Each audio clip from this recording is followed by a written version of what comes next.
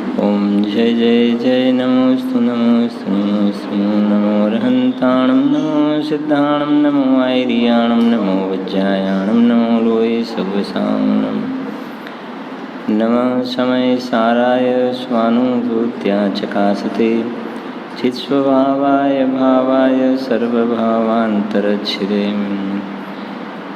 નમઃ શ્રીવર્ધમાનાય નિર્ધૂતકલિલાત્મને શાલોકાનાં ત્રિલોકાનાં યદ્વિદ્યાદર્પણાયતે મોક્ષમાર્ગસ્ય નેતારં ભેતારં કર્મ પ્રવૃત્તાં જ્ઞાતારં વિશ્વતત્ત્વાનાં વંદે તદ્ગુણલબ્ધૈ.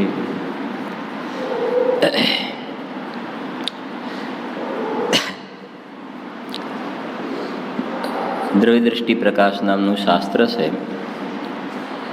જેમાં પૂજ્ય સોગાનીજીના બોલ છે.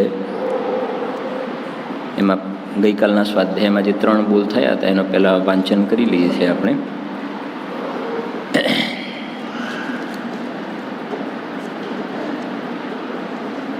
ચૌદ નંબરના પેજ ઉપર છે. અસાતાના ઉદયમાં સમ્યક દૃષ્ટિને દુઃખનું વેદન થાય છે, પરંતુ પોતાના સ્વભાવની અધિકતાના વેદનમાં તે દુઃખની ગૌણતા થઈ જાય છે. જેમ માતા બાળકને જન્મ આપે ને, જન્મ આપે કે નહીં આપે માતા બાળકને, કેટલી વેદના થાય છે, પણ પછી સમાચાર આપે કે પુત્રની પ્રાપ્તિ થઈ છે. સમજાય છે કે નહીં? તો દુઃખ શું થઈ જાય છે? ત્યાં ગૌણ થઈ જાય છે નહીં? હવે દુઃખ તો કેવું એ છે, દ્રષ્ટાંત ખ્યાલ આવે છે ને? આ તો ઇન્દ્રિય જનિત સુખ દુઃખની વાત છે. પુત્રની પ્રાપ્તિ થઈ છે એવા સમાચાર તરત જ આપ્યા તો બધું દુઃખ શું થઈ ગયું? ત્યાં ગૌણ થઈ ગયું. તો એ તો પુત્રની પ્રાપ્તિ, તો આ સમ્યક દર્શન રૂપી રત્નની પ્રાપ્તિ, પેલી તો પુત્ર રત્નની ને આ તો સમ્યક દર્શન રૂપી રત્નની પ્રાપ્તિ થાય તો કહે છે કે બહારમાં દુઃખ સહેજ શું થઈ જાય છે? ગૌણ થઈ જાય છે. સમજ્યું?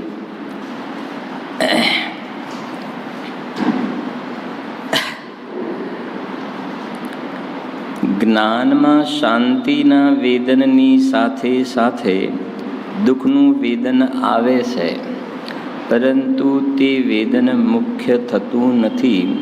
પોતાના સ્વભાવની જ જ્ઞાનીને અધિકતા રહે છે, પોતાના સ્વભાવની અધિકતા ક્યારેય પણ છૂટતી નથી. 56.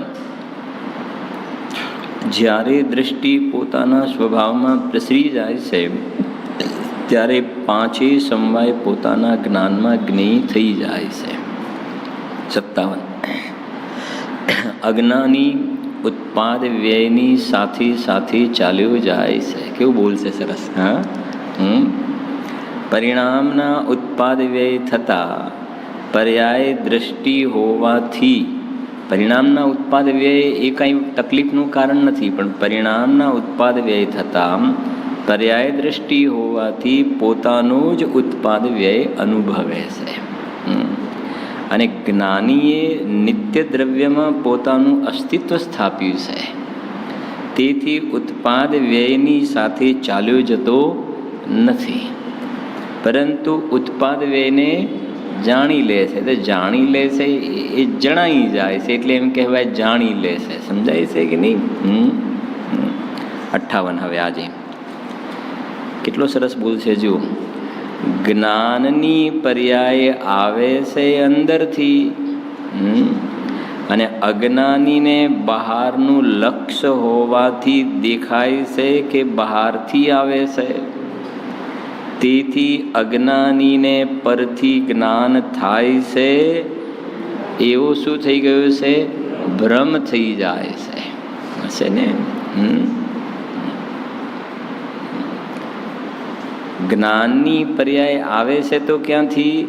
અંદરથી આવે છે ને.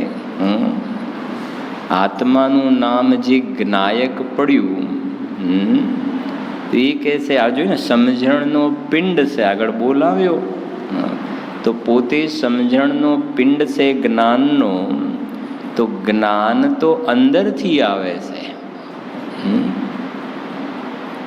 ઉપયોગો લક્ષણમ જ્ઞાન દર્શનનો વ્યાપાર, તો જ્ઞાન તો અંદરથી આવે છે. અને અજ્ઞાનીને બહારનું લક્ષ્ય હોવાથી દેખાય છે કે બહારથી આવે છે, એને એમ લાગે છે કે જ્ઞાન બહારથી આવે છે, એવું એને ભ્રમ થયો છે. જેમાં શાસ્ત્રનો સ્વાધ્યાય કરીએ છીએ તો આજે 58 નંબરના બોલનું અત્યારે જ્ઞાન થયું આપણને, તો એ શેનાથી જ્ઞાન થયું? આ સામે શાસ્ત્ર છે એટલે જ્ઞાન થયું કે પોતાથી જ્ઞાન થયું? મારાથી જ્ઞાન થયું ને. કેમ કે આ જે જ્ઞાન થયું એ જ્ઞાન આવ્યું ક્યાંથી? આ દ્રવ્ય દ્રષ્ટિ પ્રકાશ નામનું શાસ્ત્ર છે એમાંથી જ્ઞાન આવ્યું છે. આ દ્રવ્ય દ્રષ્ટિ પ્રકાશ નામનું શાસ્ત્ર છે ચેતન છે કે જડ છે? એ તો જડ છે. એમાંથી જ્ઞાન આવે કેવી રીતે? જ્ઞાન આવી નહીં શકે ને, છે નહીં તો ક્યાંથી આવે જ્ઞાન? હવે જ્ઞાન થયું એ વાત સાચી કે ખોટી? થયું છે, વાત સાચી છે. તો પછી આંખથી થયું? તો કહે છે કે ના, જ્ઞાન થયું તે જ્ઞાન ક્યાંથી આવ્યું છે? તો જ્ઞાન મારામાંથી આવ્યું છે, જ્ઞાન અંદરથી આવ્યું છે. હવે આ અજ્ઞાની જીવનું એના ઉપર વજન નથી જતું. બીજી રીતે કેમ? તો ઉપાદાન ઉપર એનું વજન નથી જતું. અને એ જે આ શાસ્ત્રનો જે બોલ છે એ સંબંધનું જે જાણવું થયું એ પોતાથી થયું. એ વખતે શાસ્ત્ર નિમિત્ત રૂપે ઉપસ્થિત હતું, એની હાજરી હતી ત્યાં. સમજાય છે? પૂરી વાત સમજીએ. રોટલી બની એ વખતે બાઈની માત્ર શું હતી? હાજરી. એવી રીતે આ જ્ઞાન જે આ 58 નંબરનો બોલ છે એ સંબંધનું જ્ઞાન તો અંદરથી આવ્યું, અંદરથી આવ્યું. પણ આ 58 નંબરનો બોલ હતો એ જે કાલે તો ના આવ્યું, આજે જ આવ્યું. તો ગઈકાલે એ કાલ લબ્ધિ નહોતી. જ્ઞાનની પર્યાય પણ 3 કાળના જેટલા સમય છે એટલી નક્કી છે, કયા સમયે કઈ પર્યાય થશે. તો આજની અત્યારનો જે સમયની પર્યાય છે એમાં જ્ઞાનની પર્યાયનો એવા પ્રકારનો જન્મ થયો. જ્ઞાન અંદરથી એવું આવ્યું, જે છે અંદરથી આવ્યું. તો અત્યારે જ્ઞાન અંદરથી એવું આવ્યું કે 58 નંબરના બોલને સમજણમાં આવે, એ સંબંધની જાણકારી થાય એવું જ્ઞાન અંદરથી આવ્યું. બહુ થોડું ધીરજથી સમજવું. જો કે આ આત્મા સમજણનો પિંડ છે જ્ઞાનનો, તો 3 કાળ છે કે નહીં? સમજણનો પિંડ. અને દરેક સમયે પર્યાય તો થઈ જ રહી છે. 3 કાળના જેટલા સમય છે એટલી પર્યાય છે. દરેક સમયે જાણવાની પર્યાય થઈ જ રહી છે. તો હવે કહે છે કે પર્યાય અંદરથી આવે છે. હવે અત્યારે આ જે પર્યાય અંદરથી આવી, તો એ જે પર્યાય આવી એવા પ્રકારનું ઉપાદાન લઈને આવી છે કે એમાં આ 58 નંબરના બોલમાં શું મેટર છે એવું પોતાનું ઉપાદાનની યોગ્યતા લઈને એ પર્યાય અંદરથી આવી છે, અંદરથી આવી છે. અને એ વખતે આ બહારમાં 58 નંબરનો બોલ શું છે? નિમિત્ત રૂપે છે. હવે થોડું વધારે સરળ કરે, જે લોટમાંથી રોટલી બનીને તો એ લોટમાંથી જે વખતે રોટલી બનીને તો એ વખતની પર્યાય પોતાના ઉપાદાનથી એ રોટલીવાળી પર્યાયને લઈને જન્મી છે. એ લોટ એ સમયની પર્યાયને એવી રીતે એ વખતની પર્યાયમાં ઉપાદાનથી લઈને જન્મી છે. અને એ વખતે બાઈ શું છે? ત્યાં નિમિત્ત રૂપે છે. બસ એવી જ રીતે આ 58 નંબરના બોલ સંબંધની જાણકારીનું જ્ઞાન લઈને એ પર્યાય આવી છે. અને એ વખતે આ શાસ્ત્ર નિમિત્ત છે. તો હવે અજ્ઞાનીને એ ભ્રમ થઈ ગયો કે આનાથી જ્ઞાન થયું, આનું લક્ષ્ય બાળ, એ ભ્રમ થઈ ગયો. આનાથી જ્ઞાન થયું.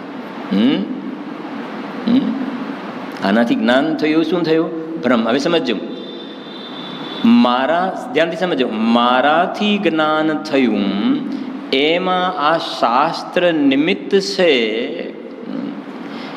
એવી યથાર્થ સમજણની જગ્યાએ શાસ્ત્રથી જ્ઞાન થયું એવી એને ભ્રાંતિ થઈ ગઈ. અને બીજી વાત, આ શાસ્ત્રની મારાથી જ જ્ઞાન થયું. એ વખતે શાસ્ત્ર હાજર હતું ને, તો નિમિત્તની મુખ્યતાથી એમ કહેવાય કે શાસ્ત્રથી જ્ઞાન થયું. શું? ભાષામાં એમ કહેવામાં વાંધો નથી, કથન શૈલી એવી આવે, નિમિત્તનું જ્ઞાન કરાવવું છે તો શાસ્ત્રથી જ્ઞાન થયું એમ કહેવાય. પણ શાસ્ત્રથી જ્ઞાન થયું એમ જ્યાં કથન કર્યું હોય ત્યાં શાસ્ત્રથી જ્ઞાન થાય છે એ સિદ્ધ કરવા માટે એ કથન નથી આવ્યું. થોડું બરાબર એમ આવે ખરું કે શાસ્ત્રથી જ્ઞાન થયું, ગુરુથી જ્ઞાન થયું, બાઈએ રોટલી બનાવી, પણ એ જે બધા કથન છે એ કથન રોટલી બાઈ બનાવી શકે છે એ સિદ્ધ કરવા માટે કથન નથી આવ્યું.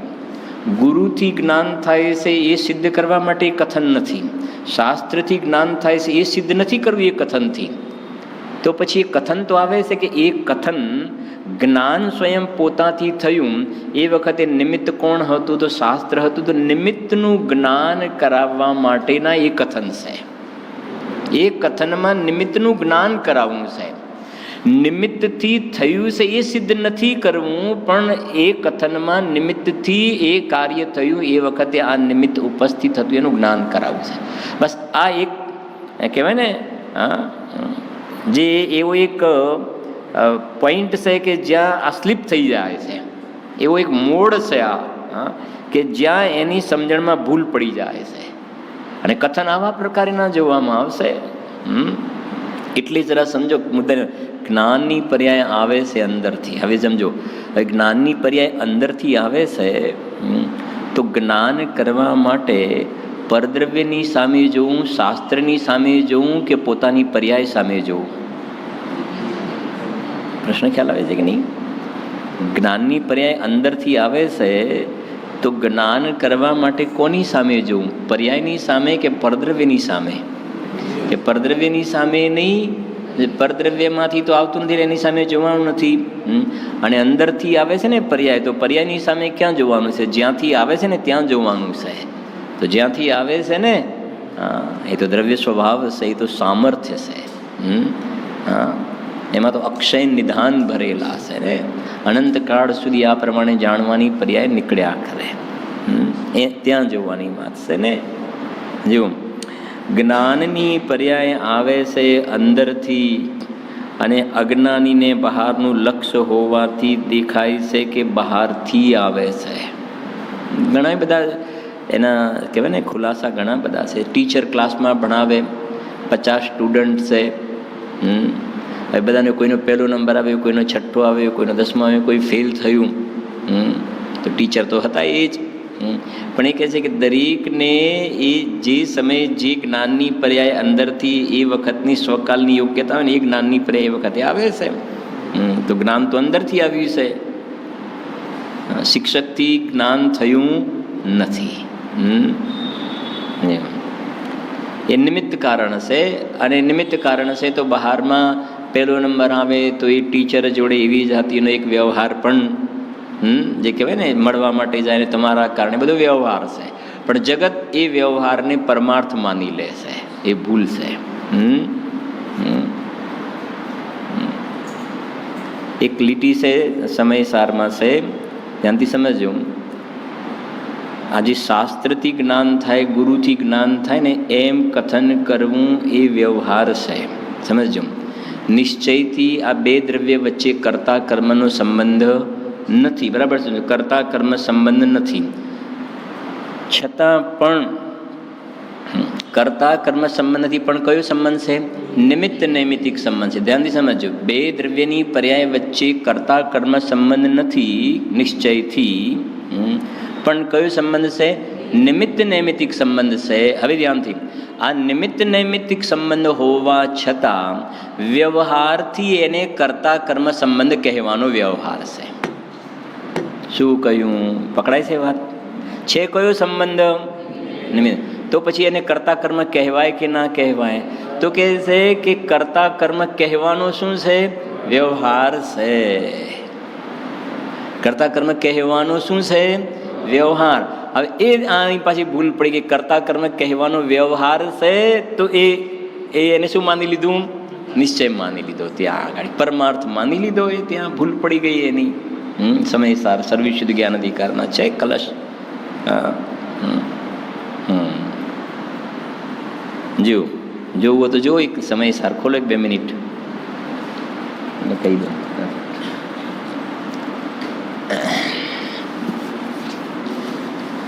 સર્વશુદ્ધ જ્ઞાન અધિકાર પાછળ આવી જજો.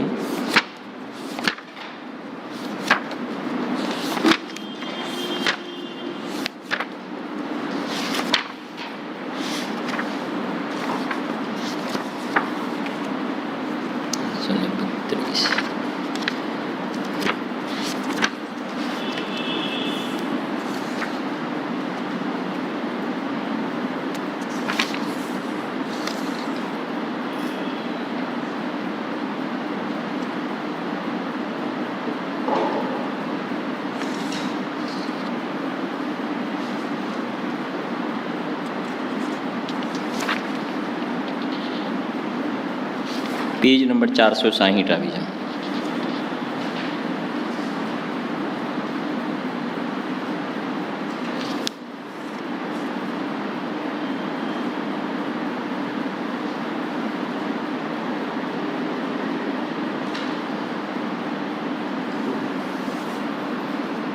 જો 460 નીચે જુઓ, ભાવાર્થ આત્માને અને જ્ઞાનાવરણાદિ કર્મની પ્રકૃતિઓને પરમાર્થે કરતા કર્મપણાનો શું છે? અભાવ છે. તો પણ પરસ્પર નિમિત્ત નૈમિત્તિક ભાવને લીધે બંધ થાય છે. તેથી શું છે? સંસાર છે. અને તેથી જ પછી શું લખ્યું છે? કરતા કર્મપણાનો શું છે? વ્યવહાર. નિમિત્ત નૈમિત્તિક સંબંધને જ છે તો ખરેખર નિમિત્ત નૈમિત્તિક સંબંધ. જેમ અત્યારે આપણો જે જ્ઞાનનો ઉઘાડ છે, આ પર્યાય આપણો બોલ છે ને, જ્ઞાન અંદર આવે છે, અંદરથી. જ્ઞાન અંદરથી આવે છે કે આ જ્ઞાનાવરણનો ક્ષયોપશમ છે માટે જ્ઞાન થાય છે? શાસ્ત્રની વાત હવે બહારમાં ગયા, થોડાક અસદભૂતમાં, ઉપચરિતમાં. હવે કર્મની વાત કરીએ. જ્ઞાનાવરણનો ક્ષયોપશમ છે માટે આટલું જ્ઞાન ખુલ્લું છે, એવું છે કે જ્ઞાન ક્યાંથી આવ્યું છે? અંદરથી આવ્યું. અને એ જ વખતે આ બાજુ જ્ઞાનાવરણનો શું છે? એવી જાતિનો ક્ષયોપશમ. હવે એ બંને વચ્ચે નિમિત્ત નૈમિત્તિક સંબંધ છે. બરાબર છે કે નહીં? હવે અહીંયા કહેવાય છે નિમિત્ત નૈમિત્તિક ભાવને લીધે બંધ થાય છે, તેથી સંસાર છે. અને તેથી જ કરતા કર્મપણાનો શું છે? વ્યવહાર છે. કરતા કર્મપણા નિમિત્ત નૈમિત્તિક સંબંધમાં જે કરતા કર્મપણું કહેવામાં આવે, પણ એ શું છે? વ્યવહાર. અને ઉપરની લીટીમાં લખ્યું, આત્માને અને જ્ઞાનાવરણાદિ કર્મની પ્રકૃતિઓને પરમાર્થ એટલે ખરેખર જોવામાં આવે તો કરતા કર્મપણાનો શું છે? અભાવ. કરતા કર્મપણાનો અભાવ. અને પાછું નીચે લખ્યું કે કરતા કર્મપણાનો શું છે? વ્યવહાર. એ જ હો, આત્માને જ્ઞાનાવરણાદિ કર્મ પ્રકૃતિઓને. પહેલા લખ્યું કે અભાવ, આત્માની જ્ઞાનાવરણાદિ કર્મ પ્રકૃતિઓને પરમાર્થથી કરતા કર્મપણાનો અભાવ. અને પછી નિમિત્ત નૈમિત્તિક સંબંધનો સદભાવ. ફરીથી પરમાર્થી કરતા કર્મપણાનો અભાવ, પરમાર્થી રિયલમાં કરતા કર્મપણાનો અભાવ, પણ નિમિત્ત નૈમિત્તિક સંબંધનો સદભાવ. માટે વ્યવહારથી કરતા કર્મપણાનો છે ને, વ્યવહારથી કરતા કર્મપણું કયું છે ત્યાં ગાડી માટે. અને તેથી જ કરતા કર્મપણાનો શું છે? વ્યવહાર છે. હા છે આવા કથનો. જો આવી જાઓ હવે.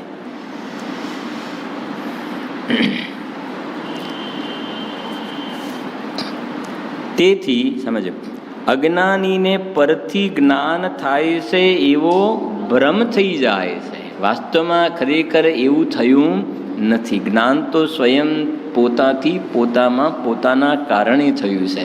અને થોડુંક આગળ વધીને કહે તો ખરેખર તો પોતાનું જ્ઞાન થયું છે. સમજાય છે ને? હા, પર સંબંધનું પોતાનું જ્ઞાન પોતામાં પોતાથી થયું છે. પર કંઈ પોતામાં આવ્યું નથી ગયું. આગળ 59,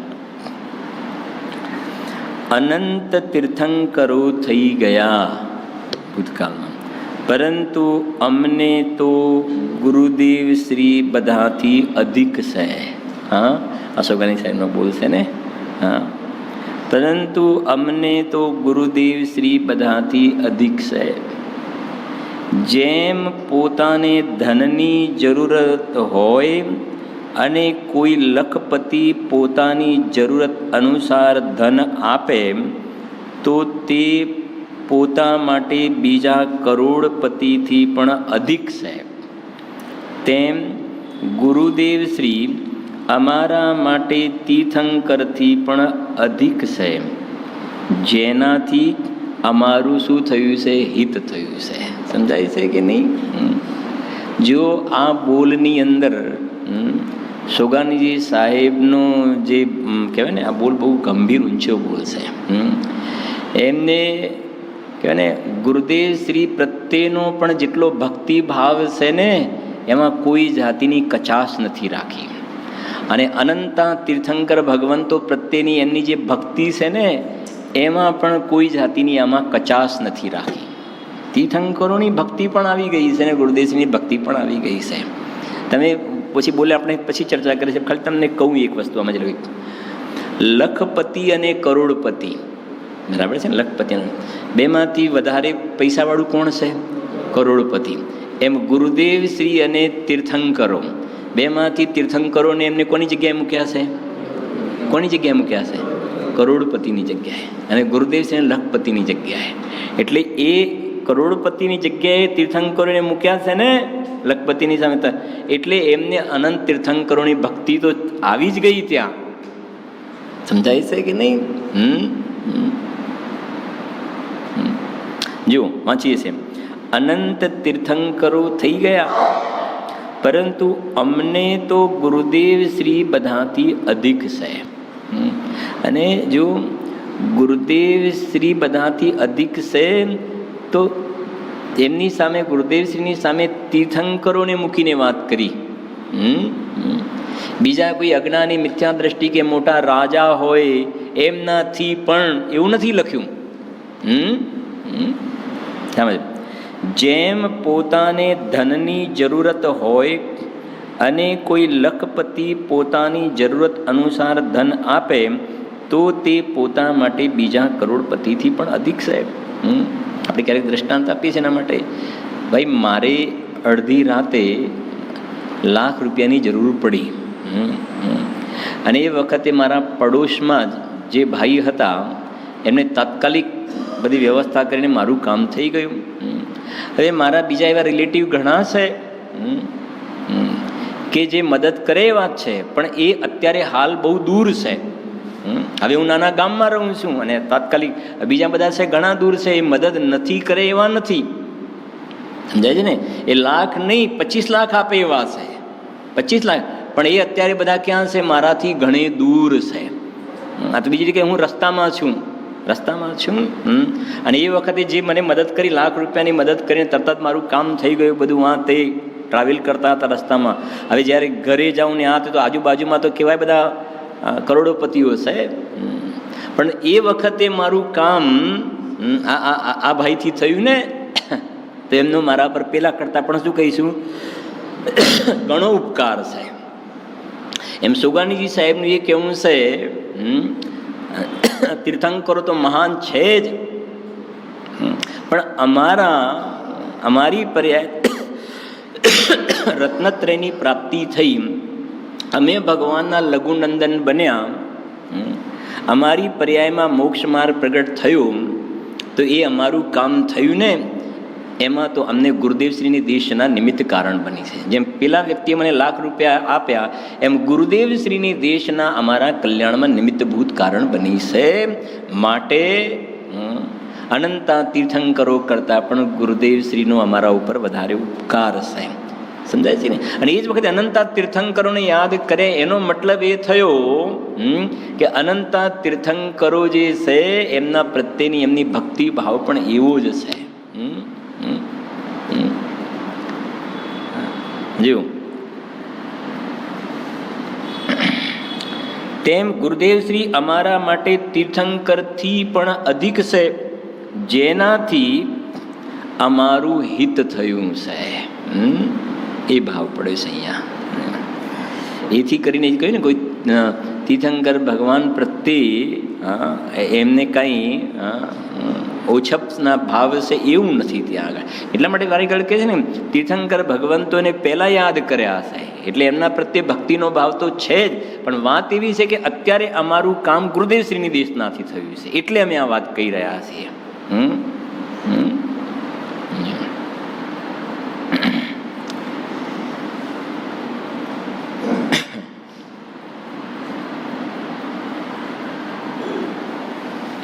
આગળ 60 નંબર.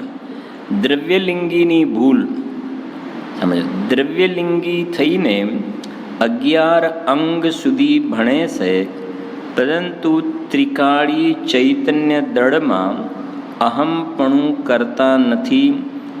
તે જ ભૂલ છે, બીજી કોઈ ભૂલ નથી. લો, જ્ઞાન જ્યાંથી આવે છે અંદરથી, એમાં એ અહમપણું કરતા નથી, અને આ બહારના ઉઘાડ જ્ઞાનમાં, પરલક્ષી જ્ઞાનમાં જ એ રોકાય છે. સમજજો, આગળ એક બીજી જગ્યાએ પણ વાત કરી છે એમને કે શાંતિથી સમજવી વાત એ ને, 11 અંગ સુધી ભણે છે પણ ત્રિકાળી ચૈતન્યમાં અહમપણું કરતા તે જ ભૂલ છે, બીજી કોઈ ભૂલ નથી. દ્રવ્યલિંગી સાધુ છે એને કશાય ઘણી મંદ છે, કેમ કે દ્રવ્યલિંગી સાધુ જાય છે 9મી ગ્રહવેગમાં. એ તો ખ્યાલ છે ને, 9 ગ્રહવેગમાંથી કોઈ પણ ગ્રહવેગમાં જશે. તો 11 અંગનું ભણતર છે, 11 અંગ 9 પૂર્વનું જ્ઞાન, પંચમહાવ્રત 28 મૂળ ગુણનું પાળવું, તત્વાર્થ શ્રદ્ધાન પણ જોવામાં આવે છે. એટલે શ્રદ્ધા ગુણની પર્યાય એ ખરેખર શ્રદ્ધા ગુણની નથી, નિર્મળ પર્યાય સમજે. નામ નિક્ષેપથી તત્વાર્થ શ્રદ્ધાન, પછી મહાવ્રત વગેરેનું પાલન, શાસ્ત્ર સંબંધીનું આવું જ્ઞાન. આ 11 અંગ 9 પૂર્વનું જ્ઞાન કોઈ એક પરીક્ષા આપીને તો 11 અંગ 9 પૂર્વનું જ્ઞાન થાય એવું ના હોય. એવી જાતિની કશાયના મંદતાના ફળમાં આવું જ્ઞાનનું ઉઘાડ પણ જોવામાં આવે છે. હવે એને શું થાય છે કે આવી જે કશાયની મંદતા જે છે એમાં એ જે તીવ્ર કશાયની અંદર જીવના સંક્લેશ પરિણામ હોય, અને કશાયની મંદતામાં જેના વિશુદ્ધ પરિણામ છે. જેવી રીતે તીવ્ર કશાયમાં તીવ્ર આકુળતા હોય એવી આકુળતા નથી. આકુળતા સમજજો, આકુળતા કશાયની મંદતા થઈ છે. કશાયની મંદતા અનંતાનુબંધી નથી ગઈ, પણ કશાયની મંદતામાં એને એક રિલીફ અનુભવે છે, એવા એક પ્રકારનું, અને એમાં એ સંતોષ આવી જાય છે. બીજી રીતે કહે ને, એક કશાયની મંદતામાં એને જે થોડું રિલીફપણું એની દ્રષ્ટિએ જે લાગે છે ને, જેમ આપણે આખો દિવસ ધમાલમાં હોય ને સાંજે સ્વાધ્યાયમાં આવે તો જરાક ફ્રેશ થઈ ગયા, એમ જે કહીએ છીએ ને, ફ્રેશ થઈ ગયા, એવી રીતે કશાયની મંદતામાં એને એવા એક પ્રકારની ઇન્દ્રિયજનિત સુખવાળી શાંતિ અનુભવાય છે. સમજાય છે કે નહીં? આત્માના આશ્રય પ્રગટેલું સુખ નથી, પણ કશાય તીવ્રની જગ્યાએ શું થઈ? મંદ. અને મંદ કશાયની અંદર એને સુખ બુદ્ધિ થઈ ગઈ, અને એમાં એ સંતોષ આવી ગયો. એમાં એ સંતોષ, એટલે હવે એને આગળ વધવાનું બાકી રહી ગયું. જે ત્રિકાલી દ્રવ્યમાં અહમપણું કરવાનું હતું એ રહી ગયું, અને એમાં સુખ બુદ્ધિ થઈ ગઈ, એટલે પછી એને આગળ વધવાનો અવકાશ નથી રહેતો. એમાં જે સુખ બુદ્ધિ થઈ એ છે તો વાસ્તવમાં કશાયની મંદતા. હવે કશાયની મંદતા કશાય કહેવાય કે ના કહેવાય? કશાયની મંદતા કશાય જ કહેવાય ને. કશાયની મંદતા કશાય, અને કશાયની મંદતામાં એને સારું લાગે છે, સારું લાગે છે, એટલે એને ગમે છે. એનો મતલબ કશાય કરવાનું ગમે છે. કશાય કરવાનું ટોડરમાં જેને મતલબ કે કશાય કરવાનો અભિપ્રાય રહ્યો અંદરમાં, આ એની ભૂલ રહી જાય છે. હા, એ ભાવ પડ્યો છે હજુ. પરંતુ ત્રિકાલી ચૈતન્ય દળમાં અહમપણું કરતા નથી, તે જ ભૂલ છે, બીજી કોઈ ભૂલ નથી. હવે થોડુંક આ જે વિચાર કરે ને, તો આ આપણું આ બધું આ ભૂતકાળ છે આપણું. અત્યારે 4 ગાથાઓ આવડી ગઈ. હા, 2-5 લાખ રૂપિયા દાનમાં આપે, એક મંદિર બનાવ્યું, એક ભગવાન બિરાજમાન કર્યા, 2-5 વાર જાત્રાઓ કરી, દયાદાન પૂજા ભક્તિ કર્યા. અમે બહુ સ્વાધ્યાય કરીએ છીએ. હવે એ કહે છે કે તું આ બધું જે વ્યવહારનું લિસ્ટ તૈયાર કરી રાખ્યું છે ને તે તારું. સવારે પૂજા, ભક્તિ, સ્વાધ્યાય, ચર્ચા, આ તે આખો દિવસ અમે તો આ સિવાય બીજું બધું નિવૃત્તિ લઈ લીધી છે. સમજાય છે કે અમે આ સિવાય કશું રાખ્યું નથી. તો તું દ્રવ્યલિંગી સાધુ તું જ થયો હતો ને. તું કહે છે કે અમે નિવૃત્તિ લઈ લીધી છે ને અમે તત્વ ચર્ચા, સ્વાધ્યાય, ચિંતન, મનન સિવાય કશું નથી રાખ્યું બીજું. તો દ્રવ્યલિંગી સાધુ કોણ થયું હતું? મુનિવૃદ્ધાર અનંતવાદ ગ્રેવ્યકમાં કોણ ગયું હતું? તું જ ગયું ને. હજારો રાણીઓ છોડીને દિગંબર, નગ્ન દિગંબર સાધુ થયું તો નિવૃત્તિ નહોતી લીધી તે? નિવૃત્તિ લીધી હતી ને. સમજાય છે કે નહીં? નિવૃત્તિ તો લીધી પણ પ્રવૃત્તિ ક્યાં કરવાની હતી એ તો કરી નહીં. સમજાય છે કે નહીં? હા, ત્રિકાલી ધ્રુવ ભગવાન આત્મામાં અહમપણું કરવાનું હતું એ તો થયું નહીં. અને જેવી રીતે વર્તમાનમાં આ થોડી ઘણી ચર્ચા વાર્તામાં સંતુષ્ટ થઈ ગયો છે, તત્વ અભ્યાસ થોડો કરીને એમાં સંતુષ્ટ થઈ ગયો છે, એવી જ રીતે દ્રવ્યલિંગી શ્રમણપણું ધારણ કરી અને કશાયની મંદતામાં સંતોષ જ ગયો. બસ વસ્તુ તો એની જ રહી હતી ત્યાં આગળ. સમજાય છે ને? એટલે કહેવાનો આશય છે કે આ થોડા ઘણા બધા વ્યવહારના જે તું લિસ્ટને આગળ કરે છે ને, એ વાસ્તવમાં તને છેતરવા વાળા છે. તું એમાં છેતરાઈ રહ્યો છે ખરેખર તો. કેમ કે પાપના પરિણામને તો બધા બુરા જાણે છે કે પાપ ના કરવું જોઈએ. સ્વાધ્યાય કરવો જોઈએ કે ના કરવો જોઈએ? પાપ કરવું જોઈએ ના? સ્વાધ્યાય કરવો જોઈએ કે ના કરવો જોઈએ? બોલો. તત્વ ચર્ચા કરવી જોઈએ કે ના કરવી જોઈએ? હા હા હા બોલો. તો એ કહે છે અંદરમાં એનો એ જે રસ આવે છે ને, એ સ્વાધ્યાય તો કરવો જ જોઈએ ને. ખ્યાલ આવે? આપણને ગુરુદેવસિંહ ના મળ્યા હોત તો આ બધું કોણ સમજાવત? ત્યાં તે બરાબર છે, મળી ગયા ને તું શું સમજ્યો? ગુરુદેવસિંહ ના મળ્યા હોત તો ના મળ્યા હોત તો પણ મળ્યા ને. મળ્યા ને. તો ગુરુદેવશ્રીએ તો જે ભગવાન આત્મા હું પરમાત્મા છું એ નક્કી કરવાનું કહ્યું છે. ચૈતન્ય દ્રવ્યમાં અહમપણું કરવાનું એ તો તું કરતો નથી ને. ગુરુદેવશ્રી ના મળ્યા હોત તો ના મળ્યા હોત તો ના, પણ મળ્યા ને. અને તું તો સરવાળે વ્યવહારમાં જ રોકાયો છે. અને થોડા ઘણા શાસ્ત્રોનું જ્ઞાન થયું કે છે કે 11 આંગળે 9 પૂર્વનું શાસ્ત્રનું જ્ઞાન થયેલું છે. અહીંયા આ અપેક્ષાથી આમ કહ્યું છે ને, અહીંયા આ અપેક્ષાથી આમ કહ્યું છે ને, આ અપેક્ષાથી આમ કહ્યું છે. બહાર ને બહારમાં જ રોકાયું ને સરવાળે તો. અને થોડાક બીજા કડક શબ્દોમાં કહીએ તો શાસ્ત્રમાં રમવા વાળી બુદ્ધિને પણ વ્યભિચારીણી બુદ્ધિ કહી છે. સમજાય છે કે નહીં? કેમ કે જ્ઞાન કોનું છે? પોતાનું. અને રમે છે ક્યાં? શાસ્ત્રમાં. ખરેખર જ્ઞાન ક્યાં રમવું જોઈએ? જ્ઞાન જેનું છે એમાં રમવું જોઈએ, જ્ઞાયકમાં. હા, અને એમાં નથી રમતું. બસ એ ભૂલ છે આ જીવની અનાદિથી. એટલે કે તે જ ભૂલ છે, બીજી કોઈ ભૂલ નથી. એટલે ખાસ વસ્તુ એ સમજવાની, જે ટોડરમલજી સાહેબ વારંવાર લખ્યું છે ને, કે આ મારી વાત ચાલે છે, આ બીજા કોઈ દ્રવ્યલિંગી શ્રમણની નહીં. આ મારી વાત ચાલે છે કે મેં પૂર્વે આ બધા જે શ્રીમદ યમ નિયમ સંયમ આપ કિયો, પુનિ ત્યાગ વિરાગ અથાગ લહ્યો, વનવાસ લિયો, મુખ મૌન રહ્યો, દઢ આસન પદ્માસન લગાए दियो, सब शास्त्रन के नए धारी हिए, मत मंडन खंडन भेद किए, ये साधन बार अनंत कियो, तदपि हाथ हजू कछु ना धर्यो. कछु कहीं ना मल्यू. अब क्यों न विचारत है मन से, कछु और रहा उन साधन से. એ સાધન સિવાય બીજું કોઈ બાકી રહ્યું કઈ સાધન? હા, એ બાકી રહી ગયું સાધન. અસલી સાધન નિજ સ્વભાવ સાધન વડે 4 ઘાતી કર્મોનો ક્ષય કરીને અનંત ચતુષ્ટય રૂપે ભગવાન બિરાજમાન થઈ ગયા છે. એ સ્વભાવનું સાધન તો રહી ગયું. એ શ્રીમદ લખ્યું, અનંત કાળથી આથડ્યો વિના ભાન ભગવાન. અનંત કાળથી આથડ્યો વિના, અંદરમાં ભગવાન તો છે પણ એનું શું નથી? ભાન નથી. આ 61 નંબર જુઓ. પૂજ્ય ગુરુદેવ શ્રીએ શાસ્ત્ર વાંચતા સમયે કહ્યું, લો હવે આપણે જે બોલે એ જ ભાવ આવ્યો. જેમ વ્યાપારમાં ચોપડાના પાના ફેરવે છે તેમ આ પાના છે, કોઈ ફરક નથી. અરે આ શું કહો છો તમે? હા, એક બાજુ તમે જ કહો છો સ્વાધ્યાય કરવાનું, હા, અને આગમનું સેવન કરવાનું કહ્યું છે 4 બોલમાં, 5મી ગાથામાં પહેલો બોલ. પૂજ્ય ગુરુદેવશ્રીએ શાસ્ત્ર વાંચતા સમયે કહ્યું કે જેમ વેપારમાં ચોપડાના પાના ફેરવે છે તેમાં પાના છે, કોઈ ફરક નથી. જો અંતરની ધ્રુવ ચૈતન્યની દ્રષ્ટિ નથી તો બંને સમાન છે. વાત તો આ છે, વાત તો આ છે, કોઈ ફરક નથી. હા, કેમ ફરક નથી?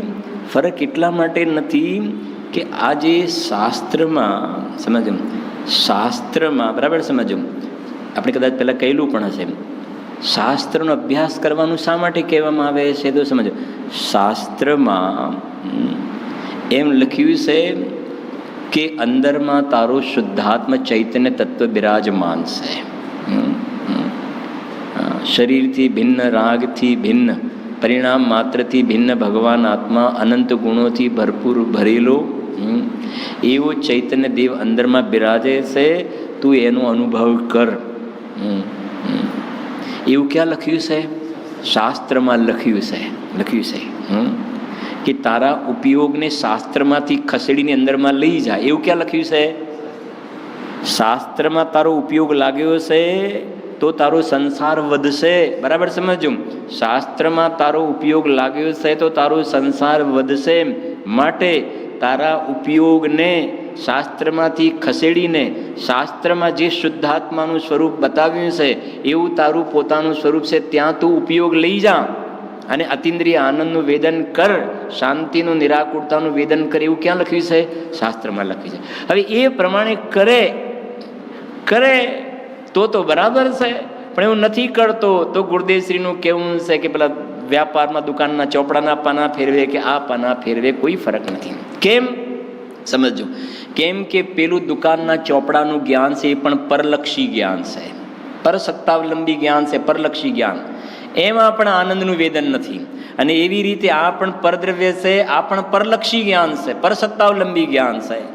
ન દુકાનના ચોપડામાં આત્મા છે, ન આ શાસ્ત્રમાં આત્મા. બેમાંથી એકેમાં આત્મા તો છે જ નહીં. સમજાય છે કે નહીં? ફરક એટલો છે કે દુકાનના જે ચોપડા છે એમાં આત્મા નથી, આત્માનું વર્ણન નથી. જ્યારે આ શાસ્ત્રની અંદર આત્માનું કેવું સ્વરૂપ છે, કેવી રીતે અનુભવ થાય એ સમજાવ્યું છે. અને એ રીતે સમજે પોતે પુરુષાર્થ કરીને તો બરાબર છે. નહીં તો કહે છે કે કોઈ ફરક નથી. સમજાય છે કે નહીં? એમ કહીને ગુરુદેવશ્રીને શું કહેવું છે? સમજાય છે કે નહીં? માત્ર શાસ્ત્રના અભ્યાસમાં જ તું રોકાઈ જાય તો કે છે એનાથી કોઈ હેતુ સરતો નથી.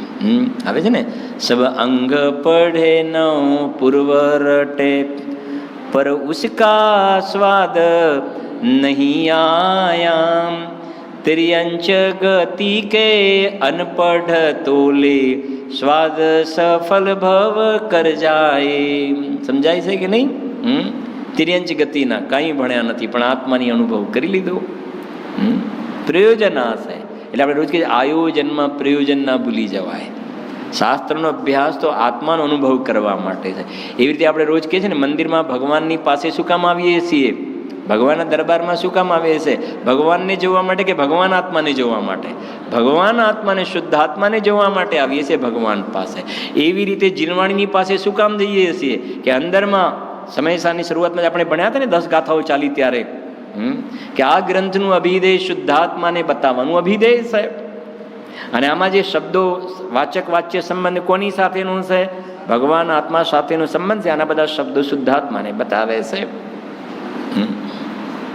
એટલે લખ્યું કલશ ચોથામાં, ઉભય નય વિરોધ ધ્વંસીની સ્યાત પદાંકે જીન વચસી રમંતે સ્વયં વાંત મોહા. એમ લખ્યું છે. જિનેન્દ્ર ભગવાનના વચનોમાં જે રમે છે ને, જિનેન્દ્ર ભગવાન, એનું મોહનું વમન થઈ જાય છે. મોહનું શું થઈ જાય છે?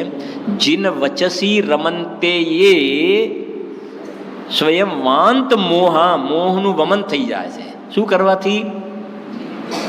જીન વચસી રમંતે, જિનેન્દ્ર ભગવાનના વચનોમાં રમવાનું પડે છે કે મોહનું વમન. હવે જિનેન્દ્ર ભગવાનના વચનોમાં રમવું એટલે શું અર્થ કરવો પડશે ને? હવે જિનેન્દ્ર ભગવાનના વચનોમાં રમવું એટલે જિનેન્દ્ર ભગવાનના વચનોમાં જે શુદ્ધાત્મા બતાવ્યો છે એમાં રમવું, એનું નામ જિનેન્દ્ર ભગવાનના વચનોમાં રમવું. એવો વ્યવહાર ત્યારે થયો.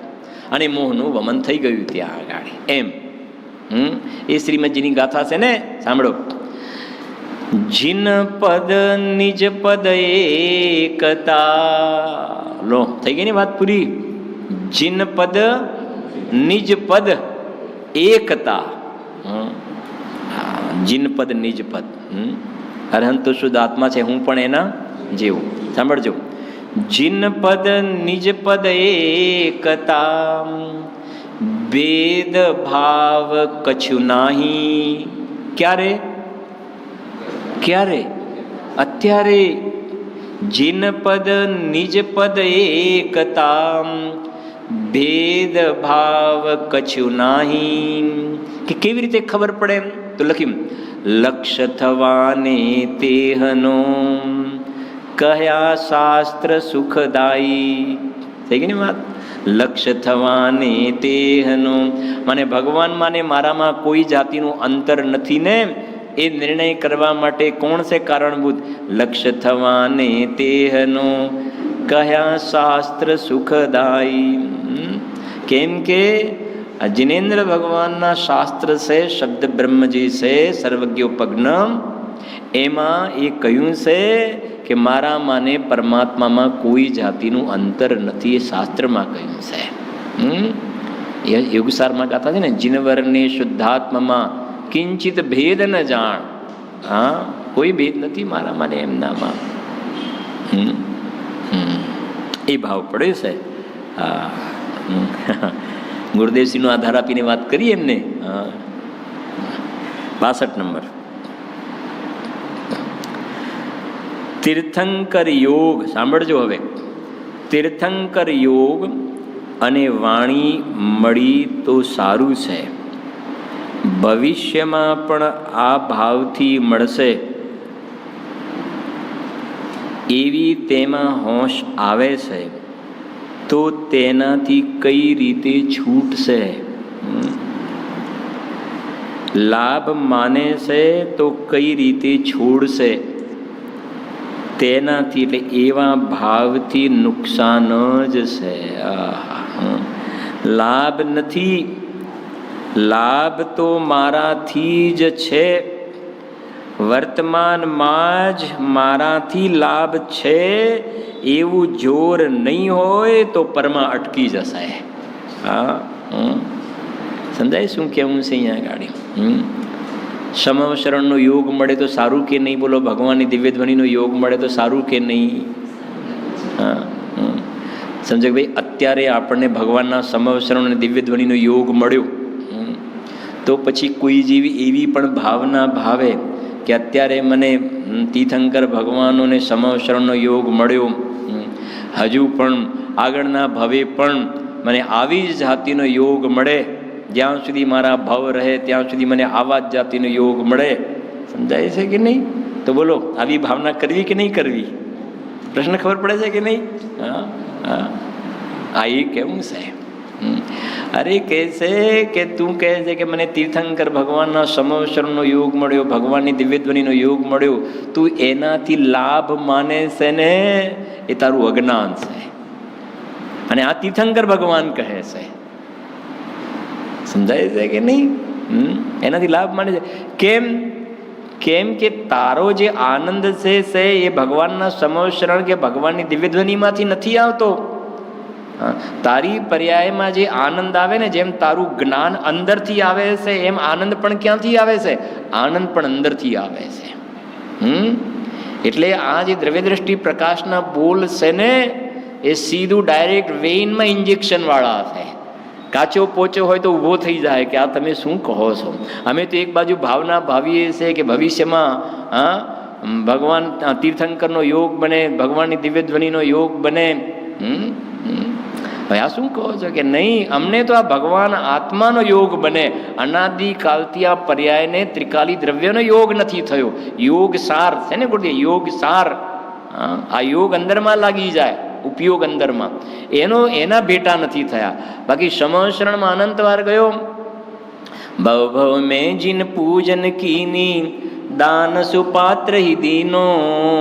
ભવ ભવ મેં સમવશરણ મેં દેખ્યો જીન ગુણ ભીનો. एति वस्तु मिली भव भव में सम्यक गुण नहीं पायो ना समाधियुत मरण कियो में ताते जग भर मायो સમ્યક દર્શન પ્રગટ ના કર્યું ને સમ્યક દર્શન પૂર્વક સમાધિ મરણ અંગીકાર ના કર્યું માટે હું સંસારમાં પરિભ્રમણ કરું છું. ભગવાનના સમવસરણનો યોગ ના બન્યો એટલે નહીં, ભગવાનની દિવ્યધ્વનિ સાંભળવા મળી નહીં એટલે હું રખડું છું એવું નહીં, એ તો અનંતવાર મળ્યું છે. અને એ જ આપણા ગુરુદેવ શ્રી કહ્યું કેવલી આગળ રહી ગયો કોરો, રહી ગયો કોરો. વિચાર કરે. મરીચના જીવને હવે આવશે મહાવીર ભગવાન જયંતિ, મહાવીર જયંતિનું પર્વ છે ને. મરીચના જીવને પણ સમવસરણનો યોગ મળ્યો કે ના બન્યો? ભગવાનની દિવ્ય ધ્વનિ. હા, અને લૌકિક રિલેશનમાં પોતાના દાદા. અને ભરતજીએ પૂછ્યું સમવસરણમાં, હે જિનેન્દ્ર ભગવાન, આપ આ 24મીમાં પ્રથમ તીર્થંકર આદિ તીર્થંકર થયા છો, અમારા પરિવારમાં બધાનું ભવિષ્ય કેવું છે, શું છે? તો ભગવાનની દિવ્યધ્વનિમાં આવ્યું કે ભરત, તારા પરિવારમાં બધા મોક્ષગામી છે, એક મરીચના જીવને છોડીને બધા મોક્ષગામી છે. અને આ મરીચીનો જીવ છે ને એ આ 24ની અંદર અંતિમ તીર્થંકર થશે. ભગવાનની દિવ્યધ્વનિમાં આવી વાત, ભગવાનના જ્ઞાનમાં તો જણાવ્યું તો એવી વાત, અંતિમ તીર્થંકર થશે આ જીવ. તો ભગવાનની વાણીમાં આવ્યું, પણ મરીચીના જીવને આ વાત ના બેસી. બોલો, હા, એ વખતે ના બેસી. અને જંગલમાં હરણનો શિકાર કરતો હતો ને, એ વખતે આકાશમાંથી ચાંદધારી મુનિરાજ આવ્યા. અને એ વખતની બીજી રીતે કહે ને, પેલા 5 સમવાય કાલ લબ્ધિ પાકી હતી, એની એ વખતે હોનહાર હતી કે સમવસરણમાં સમ્યક દર્શન, પોતાના ફેમિલી મેમ્બર આટલા બધા હતા, એ વખતે સમ્યક દર્શન ના થયું. અને દાદા તીર્થંકર, પિતા ચક્રવર્તી, બધું ઘરમાં સમવસર, આમ બીજી રીતે પોતાનું જ રાજ ચાલે બધું. હા, ભાવ સમજો કહેવાનું. એ વખતે ના થયું. અને જંગલમાં તિર્યંચની પર્યાય હરણનો શિકાર કર્યો છે, એ વખતે કેમ ના થયું? એ વખતે ક્યાં કે એ વખતે એ જીવની શું નહોતી? હોનહાર નહોતી. હોનહાર તરફથી ભવિતવ્યતા નહોતી. નથી કહેતા જગતમાં, ભાઈ તમે મારા છોકરાને થોડું કહેજો ને, કહેજો ને, કહેજો ને. કેમ તમે નથી કહેતા? અમે કહીએ છીએ પણ શું થાય છે? માનતો નથી. હા, અને પછી કોઈકે કહ્યું તો એને ના માની, પછી બીજા કોઈને કહ્યું, પછી 3-4 જણને કહ્યું, પછી કોઈની વાત માની, તો પછી અમે કહ્યું, બીજા 2-3 જણને કહ્યું, પણ તમે કીધું ને ફટાક દઈને શું થઈ ગયું? એક જ વખત ખાલી તમે કહ્યું ને, ખાલી તમે ફોન કર્યો તો એ રેગ્યુલર થઈ ગયું કામ એનું બધું. અરે એ તો એ વખતની એની શું હતી? પહેલાં એની હોનહાર જ નહોતી. ભવિતવ્ય માન્યો તો એ હોનહારને એ સમયે કેમ થયું? સમવસરણમાં એ જીવને સમ્યક દર્શન ના થયું ને જંગલમાં કેમ થયું? એ વખતે કેમ કે એ વખતની શું હતી? કાલ લબ્ધિ. અને એ વખતે દર્શન, મોનો, ઉપસમ આદિ નિમિત્ત થઈ ગયા. ત્યાં આગળ સ્વભાવની આરાધના, તો સ્વભાવને પુરુષાર્થ આવી ગયું ને બધું. તો કહેવાનો આશય તો એ છે કે દિવ્ય ધ્વનિનું શ્રવણ કરીને ભગવાનની વાત તો ના બેઠીને ઊંધા મત ચલાવ્યા છે કે નહીં? એટલે કહે છે અહીંયા ગાડી કે ભગવાનની દિવ્ય ધ્વનિ મળે ને સમવસરણ મળે તો લાભ થાય. તો કહે છે કે અહીંયા તો સીધી ડાયરેક્ટ ઉપાદાન તરફથી જ વાત ચાલે છે, હલકી કે ને ઢીલી પોચી વાત નથી અહીંયા ગાડી. તીર્થંકરનો યોગ અને વાણી મળી તો સારું છે, ભવિષ્યમાં પણ આ ભાવથી પાછું મળશે. ભવિષ્યમાં પણ પાછું એને શું જોઈએ છે? તીર્થંકર ભગવાન અને વાણી એ જોઈએ છે. એને આત્માની અનુભૂતિ, સમ્યક દર્શન નથી જોઈતું એને.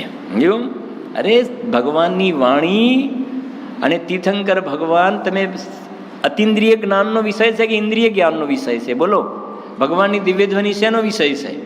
ઇન્દ્રિય જ્ઞાનનો વિષય છે. અને ભગવાનનું પરમ ઔદારિક શરીર સમવસરણમાં જે ભગવાન દેખાય છે એ શેનો વિષય છે? ઇન્દ્રિય જ્ઞાનનો વિષય છે. ને ભગવાન આત્મા અતિન્દ્રિય જ્ઞાનનો વિષય છે ને.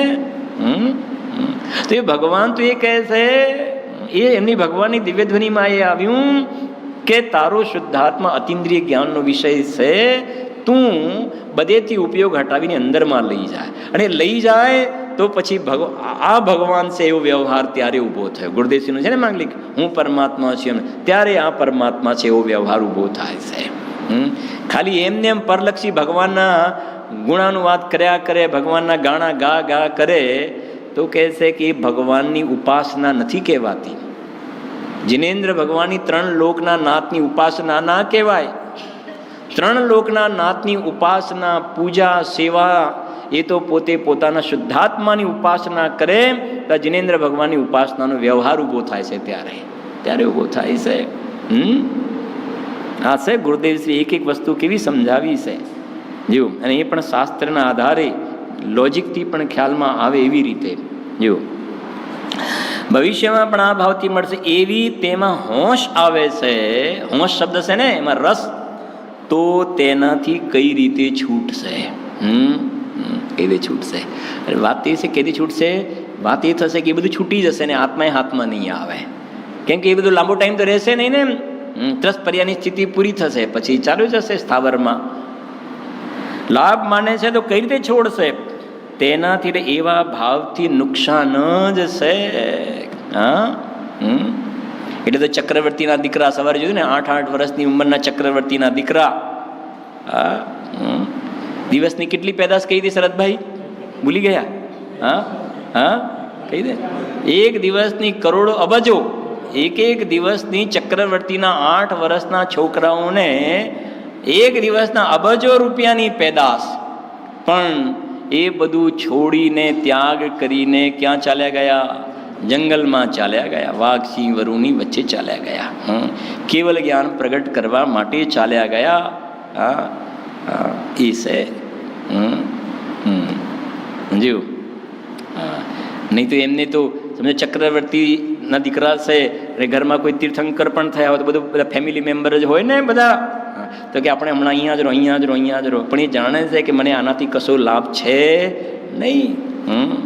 અરે થોડાક બીજા શબ્દોમાં કહે તો ગુરુદેવશ્રીએ કહ્યું છે, શાંતિ સમજવો. તીર્થંકરના જીવને શાંતિથી સમજો. તીર્થંકરના જીવને જે ભાવથી તીર્થંકર પ્રકૃતિ બંધાઈ એ ભાવથી એમને લાભ ખરો? જે ભાવથી તીર્થંકર પ્રકૃતિ બંધાઈ એ ભાવથી લાભ ખરો એમને? કેમ કે જે ભાવથી તીર્થંકર પ્રકૃતિ બંધાઈ એ ભાવ તો રાગ ભાવ છે. રાગ ભાવ છે ને, શુભ રાગ. એનાથી તીર્થંકર પ્રકૃતિ બંધાઈ. અને આપણે હવે આવશે, આપણે થોડું તૈયાર થઈ ગયું છે આ પેમ્પલેટ આપણું, એની અંદર આવશે કે તીર્થંકર પ્રકૃતિની ઉત્કૃષ્ટ સ્થિતિ બાંધવાવાળો જીવ કોઈને બધા કથન આવશે. આપણે સમજીશું એને થોડું. કે ખાલી એકલી રીતે વાંચી લઉં, થોડું છે 2 મિનિટ.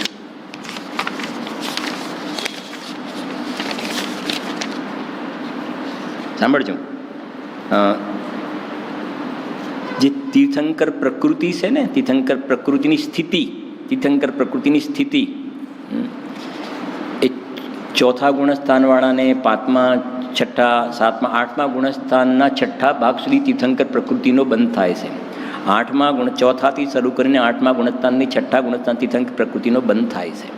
હવે એમાં વધારે સ્થિતિ કોને પડે? તીર્થંકર પ્રકૃતિ વધારે સ્થિતિ કોને પડે? 4થા વાળાને, 5મા વાળાને, 6ઠા વાળાને, 7મા વાળાને, 8મા. હા, તીર્થંકર પ્રકૃતિની વધારે સ્થિતિ કોને પડે? તો શું લખ્યું સાંભળો. એટલે જ આ થોડું દઈશ એટલે ખબર પડે. નરક તીર્થંકર પ્રકૃતિની ઉત્કૃષ્ટ સ્થિતિ કોને પડે? 7મા, 8મા વાળાને નહીં. નરક જવાની સન્મુખ અવિરતિ સમ્યક દ્રષ્ટિ મનુષ્યને તીર્થંકર પ્રકૃતિની ઉત્કૃષ્ટ સ્થિતિ પડે છે. નરક જવાની સન્મુખ જે છે ને, અવિરતિ મિથ્યા દ્રષ્ટિ, અવિરતિ સમ્યક દ્રષ્ટિ મનુષ્ય, સમ્યક. કેમ કે તીર્થંકર પ્રકૃતિ, પણ તીર્થંકર પ્રકૃતિ ઉત્કૃષ્ટ સ્થિતિ નરક જવાની સન્મુખ અવિરતિ સમ્યક દ્રષ્ટિ મનુષ્યને પડે છે. 6ઠા 7મા વાળાને નહીં. વાત સમજાય છે કે નહીં? હવે તને તો તીર્થંકર પ્રકૃતિ, અરે ખ્યાલ આવે છે કે નહીં? એ વખતે ચર્ચા કરીશું બધી થોડી. એટલા માટે બધા થોડા પ્રકરણ આપણે એવા થોડું લઈશું કે ખબર તો પડે કે આવું બધું. અને ગુરુદેવસિંહને આપણે યાદ કર્યા હતા કાલે, ધવલ, જય ધવલ, 35 ભાગ, આટલા રૂપિયાનો એક ભાગ, અને આ ભાગ જોયા. તો સાંભળો જરાક કે એ જે ભાવથી તીર્થંકર પ્રકૃતિનો બંધ થયો ને, એ ભાવ તો રાગ ભાવ છે. અને રાગ ભાવ છે તો એમનું તો કેવલ જ્ઞાન રોકાવ્યું એટલો ટાઈમ રાગ ભાવના કારણે. જે 8મા ગુણસ્થાનના 6ઠા ભાગ સુધી તીર્થંકર પ્રકૃતિનો નિરંતર બંધ ચાલે છે તો રાગ તો થઈ ગયો ત્યાં. તો નુકસાન જ છે ને, એક વાત. બીજા નંબરમાં એ બંધાઈ તીર્થંકર પ્રવૃત્તિ, બંધાઈને તો સત્તામાં પડેલી છે, ઉદયમાં તો આવી નથી, બંધાઈ સત્તામાં જ પડી છે. પછી એ તીર્થંકર પ્રકૃતિ ઉદયમાં ક્યારે આવે છે? 13મા ગુણસ્થાનમાં. 13મા ગુણસ્થાનમાં પરમ ઔદારિક શરીર થઈ જાય. એ ઉદય તો 13મા ગુણસ્થાનમાં આવ્યું. 13મા ગુણસ્થાનમાં ભગવાનને રાગ છે કે વિતરાગ? વિતરાગ છે. ભગવાન તો સમવસરણ લાગ્યું, પરમ ઔદારિક શરીર પડે તો વિતરાગ થઈ ગયા. એ તો વિતરાગ થઈ ગયા. સમજાય છે કે નહીં? હા, કે આને ભોગવું ને આને ભોગવું, પણ એ તો રાગ જ નથી, ત્યાં વિતરાગ થઈ ગયા. તીર્થંકર પ્રકૃતિ જે વખતે બંધાય છે એ વખતે રાગ ના પડ, રાગ છે એનાથી. ઉદયમાં આવ્યું એ વખતે વિતરાગ થઈ ગયા. તો તીર્થંકરના જીવને શું લાભ છે? સમજાય છે? આ ગુરુદેવસિંહના ખુલાસા છે જ્ઞાન ગોષ્ઠીમાં, વાંચજો તમે. એ જીવને તો લાભ નહીં, પણ આ બોલમાં એ કહે છે કે એ જીવને પણ સમવસરણમાં થોડી વાત કડક છે. સમવસરણમાં 12 કોઠામાં બધા બેઠેલા છે ને, એ ભગવાનની દિવ્ય ધ્વનિ સાંભળે છે, ભગવાનની તીર્થંકર ભગવાનની દિવ્ય ધ્વનિ સાંભળે, એનાથી એ જીવોને લાભ કરો. દિવ્ય ધ્વનિ સાંભળવાનો જે ભાવ છે ને, દિવ્ય ધ્વનિ સાંભળવાનો ભાવ, એનાથી એ જીવને શું લાભ? દિવ્ય ધ્વનિ સાંભળવાનો ભાવ રાગ ભાવ છે કે વિતરાગ ભાવ? રાગ ભાવ. તો એનાથી બીજાને લાભ નથી. આવું તો ગુરુદેવશ્રી કહી શકે ભાઈ. સમજાય છે કે નહીં? હા, એમને લાભ નહીં. 12 સભામાં બેઠેલા છે એમને લાભ નહીં. કેમ કે રાગ થાય છે ને, વાત ત્યાંથી પકડવાની છે. ખ્યાલ આવે છે કે નહીં? જો લાભ માને છે તો કઈ રીતે છોડશે? તેનાથી એવા ભાવથી નુકસાન જ છે. લાભ નથી, લાભ તો મારાથી જ છે. વર્તમાનમાં જ મારાથી લાભ છે એવું જોર નહીં હોય તો પરમાં અટકી જશે. મૂળ વાત તો તીર્થંકર ભગવાન પણ પરદ્રવ્ય છે, ભગવાનની દિવ્ય ધ્વનિ પણ પરદ્રવ્ય છે. આ વાત સમજવી પડશે ભાઈ. અને આ ભગવાન કહી રહ્યા છે. ગુરુદેવના શબ્દોમાં 100 ઇન્દ્રો અને ગણધર દેવની હાજરીમાં ભગવાન આ વાત કહી રહ્યા છે. આ કોઈ પૂજ્ય ગુરુદેવશ્રીના ઘરની વાત નથી. ગુરુદેવશ્રીએ તો ભગવાનની દિવ્ય ધ્વનિમાં આવી એ વાત કહી છે. એક બોલ વાંચી લેશે 63 ખાલી, પછી લઈશું બીજી વખતે. પ્રશ્ન છે, આત્માનો અનુભવ થયા પછી જ્ઞાની જીવ ન્યાય નીતિથી ધનાદિની પ્રવૃત્તિ કરે છે ને? હવે જો અનુભવ થઈ ગયો, સમય દર્શન થઈ ગયું, પછી ધંધો વ્યાપાર, 4, 5મું ગુણસ્થાન, ન્યાય નીતિથી વ્યાપાર કરે કે ના કરે? તો ઉત્તર, કરવું ફરવું રહ્યું નથી. બિલકુલ આપણી ચાલતી ભાષામાં પાછું વાત ને, પ્રવૃત્તિ કરે છે ને, તમે કરવું બોલ્યા ને, સોગાની સાહેબને ગમતું નથી. કાંઈ પણ બોલે કરવું ને, આમ કરવું ને, એ એમને એકદમ ચોંટ લાગે છે. કરવું ફરવું રહ્યું નથી. જે પર્યાય આવવા વાળી છે તે યોગ્યતા અનુસાર આવી જાય છે. સમજાય છે કે નહીં? એટલે કહ્યું ને, 3 કાળના જેટલા સમય છે એમાં દરેક સમયે કઈ પર્યાયનો જન્મ થવાનો છે, થઈ જાય છે. તો આમ કરવું અને આ ના કરવાનું એ તારા હાથમાં ક્યાં છે? એ તો જે સમય ક્રમબદ્ધમાં જે પર્યાયની જે યોગ્યતા છે એ થઈ જાય છે. એ યોગ્યતા અનુસાર આવી જાય છે. કારણ પણ આપી યોગ્યતા અનુસાર આવી જાય છે. યોગ્યતા જે છે એ સમયની તત્સમયની યોગ્યતા એ સમર્થ કારણ છે, સમર્થ કારણ. પરંતુ તેના તરફ લક્ષ્ય નથી. લક્ષ્ય આ તરફ અંતર્જ્ઞાયક તત્વનું છે. અંતરમાં એકત્વ થયું પછી પરિણામ વિકાર મર્યાદિત થઈ જાય છે. અનંત સંસાર નથી રહ્યો, પછી લિમિટેશન થઈ ગયું ત્યાં આગળ, પરંતુ મર્યાદિત જ હોય છે. થાય છે એમ કહેવાથી, એટલે એ બાજુ જોર દેવાથી તેની દૃષ્ટિમાં પરિણામને મર્યાદામાં રાખવાનો જ પ્રયત્ન રહે છે, અર્થાત પરિણામને જ દેખતો રહે છે. તેથી કહે છે કે જે પરિણામ થવાવાળું છે તે થઈ જાય છે. પરિણામની મર્યાદા દેખતા રહેવાથી અપરિણામીનું જોર છૂટી જાય છે. આ છેલ્લી લીટી થઈ ને, મર્યાદા ભાઈ શું કે ને, આટલી મર્યાદા કરો, પછી આટલી મર્યાદા, પછી હવે મર્યાદા કરો તો દ્રષ્ટિ ક્યાં રહી? અપરિણામી ઉપર કે પર્યાય ઉપર? મર્યાદા બધી ક્યાં કરવાની આવે? પર્યાયની અંદર. તો કે જે મર્યાદા કરો તો એ દ્રષ્ટિ તો પરિણામ ઉપર છે. હવે અપરિણામીના લક્ષ્ય જતા બધું આ બાજુ બધું શું થઈ જાય છે? ઓટોમેટિક મર્યાદિત થઈ જાય છે. કેવા શબ્દો છે! પરિણામની મર્યાદા દેખતા રહેવાથી અપરિણામીનું જોર છૂટી જાય, અને આ બાજુ અપરિણામીનું જોર આવતા પરિણામ શું થઈ જાય છે? મર્યાદિત થઈ જાય છે. એટલે કે દ્રવ્યમાં પરિણામ પ્રલીન થઈ જાય છે. પર્યાય દ્રવ્યમાં પ્રતિબિંબ, બસ એનાથી વધારે બીજી કઈ મર્યાદા જોઈએ? સમજાય છે ને? મર્યાદાવાળો લોટ, મર્યાદાવાળું ઘી, મર્યાદાવાળું, સમજાય છે કે નહીં? હા હા હા, ખ્યાલ આવે છે કે નહીં? હા, ચરણાનુયુગ એની જગ્યાએ છે. પણ ભાવ સમજો, મારો કહેવાનો ભાવાર્થ કે પહેલા તું જે એનો આ પ્રકરણ ચાલે છે એના અનુસંધાનમાં કહી રહ્યો છું, કોઈ સ્વચ્છંદાની વાત નથી. પહેલા એ તો નક્કી કરે કે આત્મા ભોજન કરી શકે કે નથી કરી શકતો. સમજાય છે કે નહીં? અમે જે મર્યાદા વગરનું ખાવા કરવાની તો દોષ છે છે, પણ અમે મર્યાદાવાળું ખાઈએ છીએ તો હું ખાઈ શકું છું. એ તો તે મર્યાદાનું ઉલ્લંઘન કરી લીધું અભિપ્રાયની અંદર. એક દ્રવ્ય બીજા દ્રવ્યનો તે અભિપ્રાયમાં કરતા માન્યો, એ તો મોટો મિથ્યાત્વનો દોષ થઈ ગયો. એના ઉપર આ જીવનું ધ્યાન નથી જતું. હવે તમને એક સિમ્પલ પૂછું, આ જીવ દ્રવ્યલિંગી શ્રમણ થઈને ગ્રૈવેકમાં ગયો, એ વખતે બધું મર્યાદાવાળું ખાધું પીધું, બધું મર્યાદાવાળું કર્યું કે ના કર્યું? પણ ઉપયોગ મર્યાદામાં આવ્યો નહીં ને અંદરમાં દ્રવ્ય દૃષ્ટિ ના કરી. વાત તો એ છે મહત્વની. સ્વચ્છંદાની વાત નથી કરતો, પણ ખરેખર આપણે આ બહારનું બધું મર્યાદાનું ખાન પાન સારી વાત, પણ આ જીવ એમાં સંતુષ્ટ થઈ જાય. દ્રવ્યલિંગી સંતુષ્ટ થઈ ગયો, પેલા તો હોટલનું ખાય છે અને આપણે મર્યાદાવાળું. સમજાય છે કે નહીં? પેલા તો આમ કરે છે અને આપણે મર્યાદાવાળું. અરે કે છે ખરેખર અંદરમાં અપરિણામી વસ્તુ તો રહી ગઈ, બાજુમાં જ રહી ગઈ, અને ત્યાં સરવાળે તું બહારમાં ને બહારમાં રોકાયો ત્યાં ગાડી. અમે અશુદ્ધ ભોજન નથી ખાતા, શુદ્ધ ભોજન ખાઈએ છીએ, પણ શુદ્ધાત્માનું ભોજન તો રહી ગયું. ખરું તો શુદ્ધાત્માનું ભોજન એ શુદ્ધ ભોજન છે, શુદ્ધાત્માનું ભોજન રહી ગયું, અને અશુદ્ધ ભોજન નથી ખાતા, પરમ શોધનું ખાઈએ છીએ. સોજનું નહીં, અમે કેવું પરમ સોજનું ખાઈએ છીએ, અને અંદરમાં શુદ્ધાત્માનું ભોજન. અરે પરમ સોજનું ખાવાનું એ છોડો, 6 મહિનાના ઉપવાસ પણ કર્યા જીવે. પરમ સોજને 6 મહિનાના ઉપવાસ કર્યા, પણ અંદરમાં આનંદનું ભોજન ના કર્યું ને જીવે. વાત તો એ છે, એ પ્રમાણે છે.